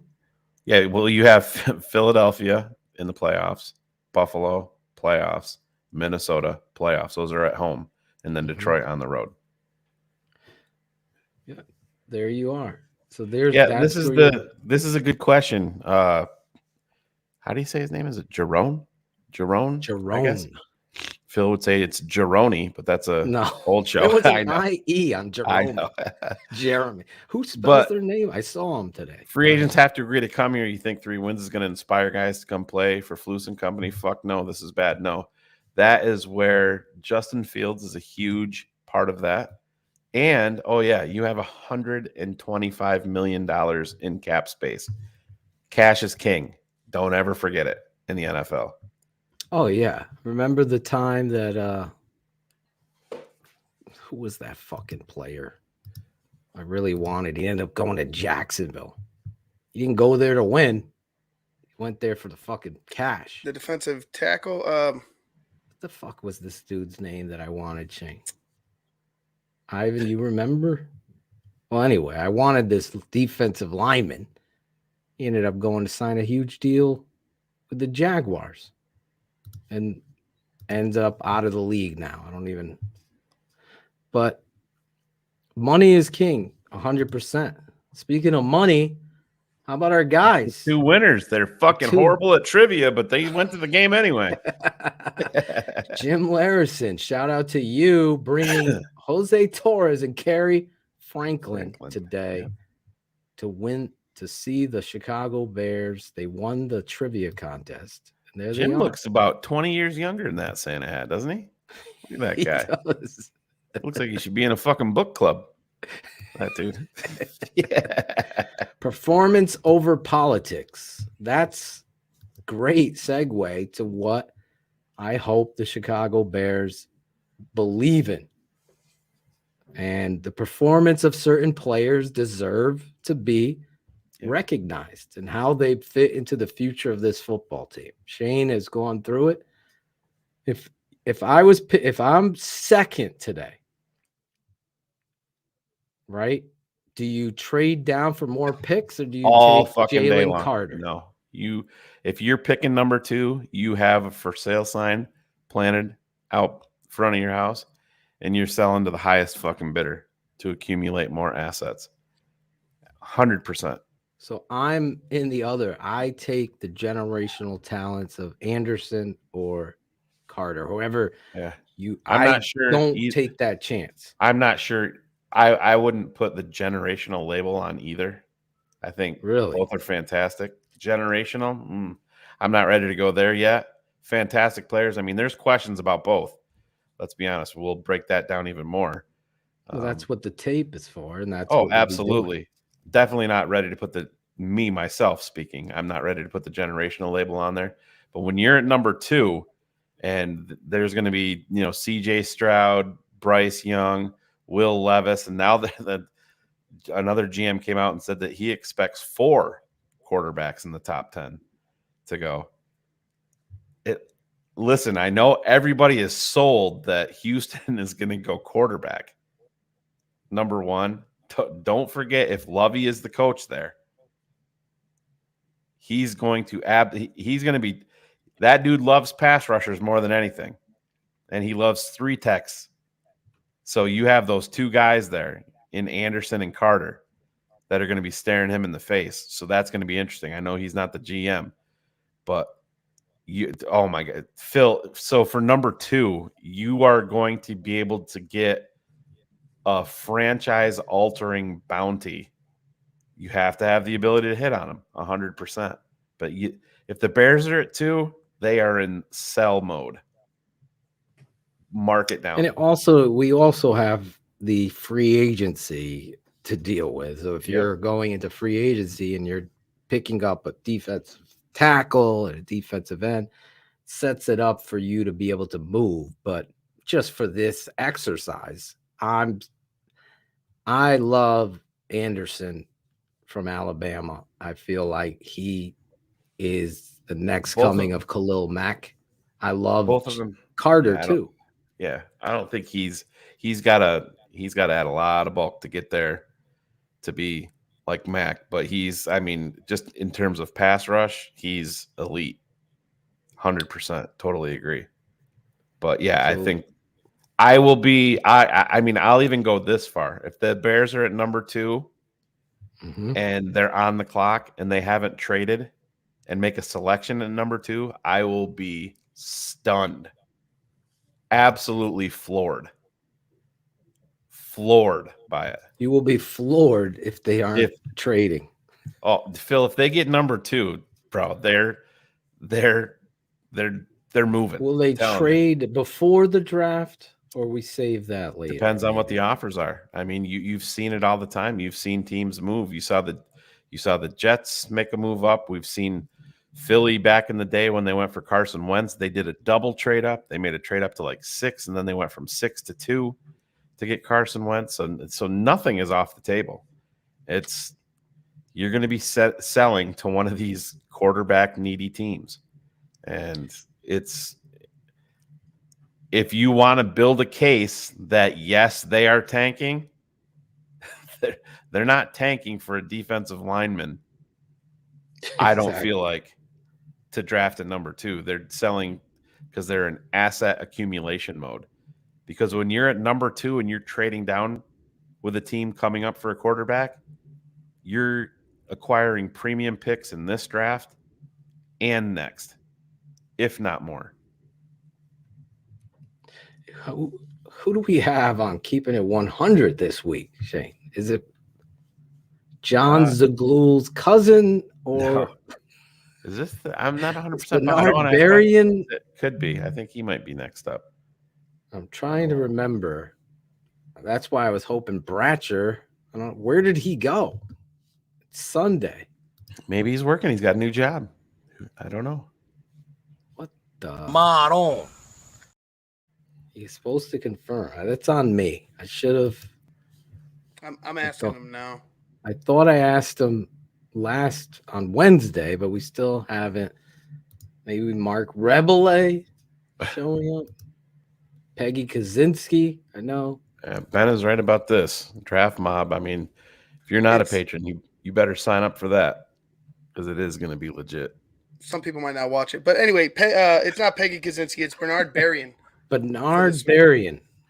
B twice. Alan Bratcher. B twice will be on keeping it 100. Thank you, Alan Bratcher. He did confirm it. I see him now. Where are you, Alan? Yeah. That's all. Alan, where are you? I don't think that's true at all, Paul. The Bears don't sit on their hands in free agency. That's what's gotten them in trouble. They've spent a shitload of money. They had to. They had to, yeah. They had no money. They were up against it. People forget that they tried to $40 million. I mean, Ogunjobi. Yeah, I mean, free agency people overlook this, but they made the trade for Khalil Mack, and then part of the trade was they paid him $141 million. Like 2 days later, they extended Eddie Goldman. That's part of free agency. That's locking up your own guys. You go back to the day Julius Peppers, they reset the market. They've always been extremely active in free agency. Why? Because they've sucked in the draft. And that's what happens with teams. You know what I mean? Jerry Angelo gave up a second-round draft pick for a 26-year-old Gaines Adams that had, burn out in Tampa. And then he plays a handful of games and then dies in the offseason in his bed. So it's just, it's shitty luck combined with bad, asset breakdowns. And it just, that's why you spend a shitload of money in free agency. Pace missed on Mahomes and Watson. Obviously, Watson, everyone could go wherever. But the reality was that set you back. Now we're here. Now we're dealing with this. So here's where you have to set yourself up culturally. We have the answer. Like, I don't know who's talking about it. You're not drafting a quarterback. Now, if Justin Fields came out this year, and we said this, They've won 3 games.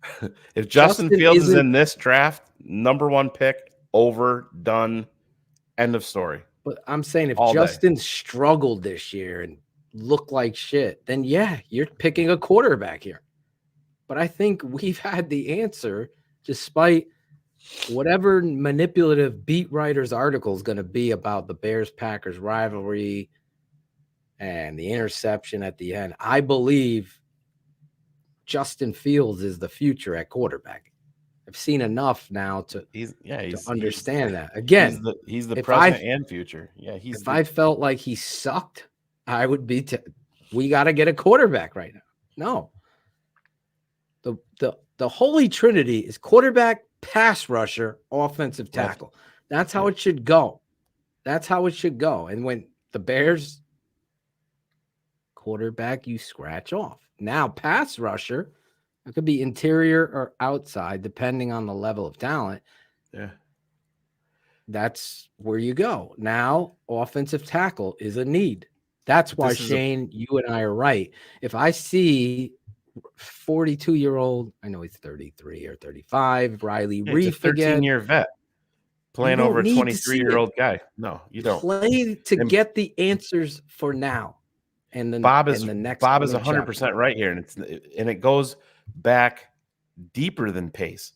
Phil Emery did the same thing. Jerry Angelo. If you go back and look at the Bears after their Super Bowl appearance, their first pick after the Super Bowl was Greg Olsen, so that was a hit. Unfortunately, they ended up trading him 3 years later. But you look at some of the wild misfires by Jerry Angelo and his crew. I mean, Joaquin Iglesias was a 3rd-round pick. He played 5 snaps in the NFL, none of which were for the Bears. Dan Bazine, Phil's guy, the beast, never played a snap in the NFL. 2nd-round draft pick, never played a snap. Michael Okwa was supposed to be the guy that replaced Lance Briggs. Never played a snap in the NFL. Didn't even make it out of his first training camp as a 3rd-round draft pick. Jerron Gilbert, the pool jumper, played 5 games in the NFL. 5 as a 3rd-round draft pick. And I mean, there's more. It's wildly horrific. And that is why the Bears are in the spot that they're in, because it went back to Jerry Angelo, his crew early on. Yeah, they had hits. They changed after the Super Bowl. Read all this stuff. It's hard to read that. He's just listing, I believe, the free agents. So now that's the great thing about football. And I think it's one Chicago. I'm just saying this truthfully. I will have a huge issue not getting answers about Leatherwood, Iseland, freaking even Tyree Carter. If you're a team going in 3 and whatever you are now, with 3-10, right? Yep. Yes, 3-10. You're going into the bye. This is the week you work out some of the kinks of finding answers for the future. Yep. What do you have on the roster? This is where you settle it. Yeah, we're gonna go. Everything in the NFL now the final broken chapter, down in, right? Yeah, it's broken down in quarters. This last quarter, listen, every postseason, all of that shit has been off the map for a long time. You go into this looking, is Leatherwood going to be here next year? Exactly. Riley Reef, very likely not going to be here next year. Not going to fit where they're going. Is Cody Whitehair going to buy in? Is he going to ball out? Is he going to be on this roster in 2023? There's questions there. Cody hasn't played well. So, I mean, Braxton Jones on the, what was it? Was it on the, I think it was on the Justin Fields touchdown run. Go back and watch him pull. It's probably one of his best plays of the season that he made on that. DJ Bostic. But yeah, John Bostic still playing for the Commanders, but he was a 2nd-round draft pick, a wildly overdrafted. Ego Ferguson, you remember that guy? Will Sutton was the guy that blew up 2 years previous at Arizona State. Brandon Harden. Yeah, 3rd-round draft pick, never played. That was a Phil Emery guy. Never played in the NFL. and then I was busted his excited neck. about this kid. Yep. Never played. Yeah. That's why I tell you, you can have as many draft picks, and the shit is a gamble. You gotta find the right guys now. That's why. Oh, absolutely. It's all a gamble, and free agency is even Playing more of a gamble. retreads over, and Richard saying it. Go ahead. Sorry. Playing retreads over rookies, to me, at this point, is a loss. Yeah. It's a lost cause. The only right justification that maybe they're saying is we'll get him out. This is probably my looking at, if I'm backing up a little bit and looking at the Leatherwood stuff, this is them getting his feet wet to move forward with him in that position. Didn't want to turn it over to him with Justin coming off of the shoulder injury, first game back, all of that. That maybe that's their justification. So, well, it's going to be interesting. Jonathan Bullard played here for a little while, but I mean, yeah, again, He's a guy still in the league. I saw him a couple Jose weeks ago. Cotto, 6 overall. My boy, Jose. Miss Jose. Yeah, Garrett Wolf is another Garrett name. Wolf. We can go down these Lovey names. Smith pounded the table for him. Greg Gabriel talked about that. Yeah. Pounded the table for him. Had to have Never him. used him. They went up. They got him. Drafted him. And Lovey never played him. This was my special teams. Yeah. Listen. That Mitch was the wrong move. Kittle. 100%. And then your answer to that in the second round was picking a sloth at tight end. I still remember seeing that name come up, and I'm like, I cannot believe we just drafted this dude in the 30s, Adam Shaheen. I had him like as a 5th or a 6th round guy at best myself. I know Gil Brandt back in the day was huge on him, but I would.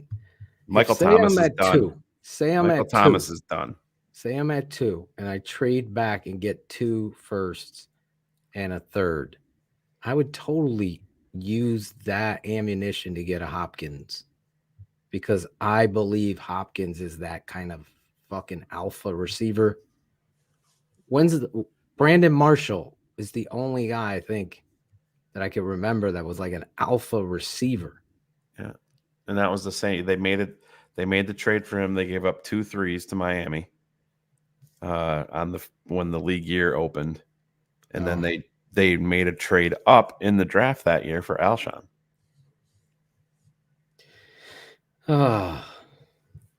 Those things we're going to be watching. We're going to be breaking it all down, obviously, with pride and passion. These aren't throwaway games in the least. You play to win. If you're preaching one way here and another way behind closed doors, that's politics. If you allow politics to interfere or intervene, then yes, I'm going to be right. I'm going to be right. And I'm always going to be right, because the tape is going to show me that you're willing to lose. You're willing to do without. And that shouldn't be the case. Shouldn't be the case. The first chapter of Eberflus is still being written. You still got 4 more weeks. Creo, we're talking about the past because that is showing you how you got to where you are today. So that is very, very important. If you're not studying everything that went wrong with a franchise in the past, then you're never going to be able to move forward the right way. That's how human beings learn from their mistakes.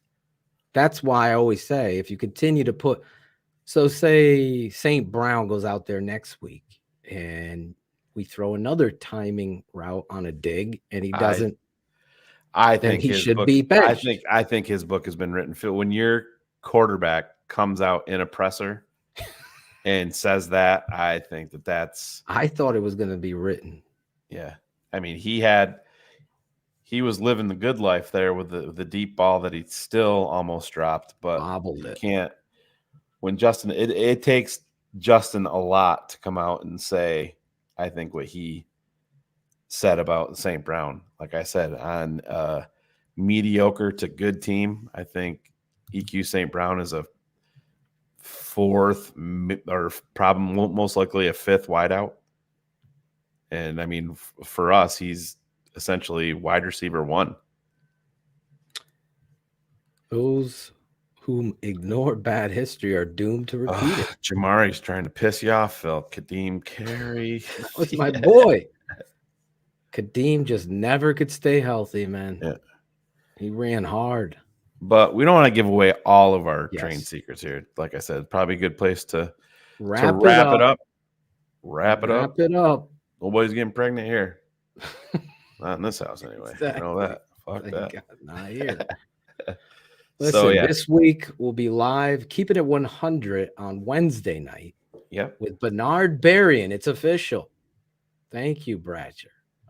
Break it down. We'll let him talk about it and see what he thinks about Eberflus and Getsy and some of the stuff that Do you think Eberflus has seen The Matrix, Bernard?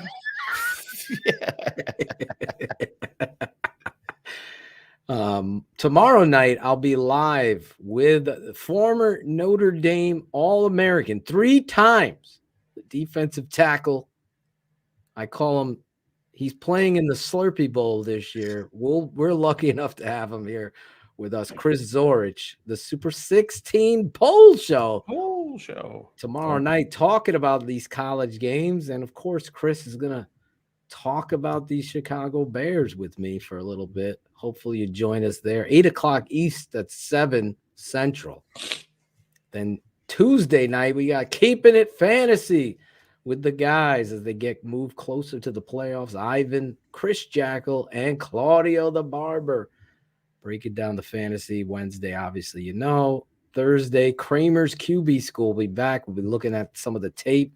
Let's look at the interception with St. Brown with Eric Kramer. Yeah, and Cars Keys later that night with no cars. Will it be unlocked, Shane? So it will be locked. It will be me. And I will have my vengeance, Cars and Jackal. I'm kidding. But, yeah, it'll be me, and I have a small group of patrons that will be on the show with me throughout. And we're going to do kind of a Q&A. You guys throw some questions up in the chat, and we'll try to answer them for you. There'll be some NFL draft talk, some free agency talk, Justin Fields talk, all the good stuff. So it should be a fun night. To take over the North and never give it back. That's Not the this goal. year. That's the goal. We haven't made it there yet. We're trying to see where we're going. We'll be back next week. Actually, we won't be back next week on BHL because we got the bye week. So all of the families get a week off this week. Pay close attention. X's of the O's will be back next Saturday breaking down this game. Please sign up, become a patron. You support all the hard work that we put into analyzing this football team that drives us all insane. Exactly. Pure bliss. Pure bliss. For Ivan Vargas, the super producer, and the smartest man, Shane Marsaw, I'm your guy, Draft Dr. Phil. We'll see you guys next time when the Bears face off against who? Who are we facing off after the bye? Philly. The family of Marsaw. Fuck that. Fuck that. We'll see you then. Thank you for watching Bears Hour Live, the best post-Bears game show on the planet, on the Tape Never Lies Network.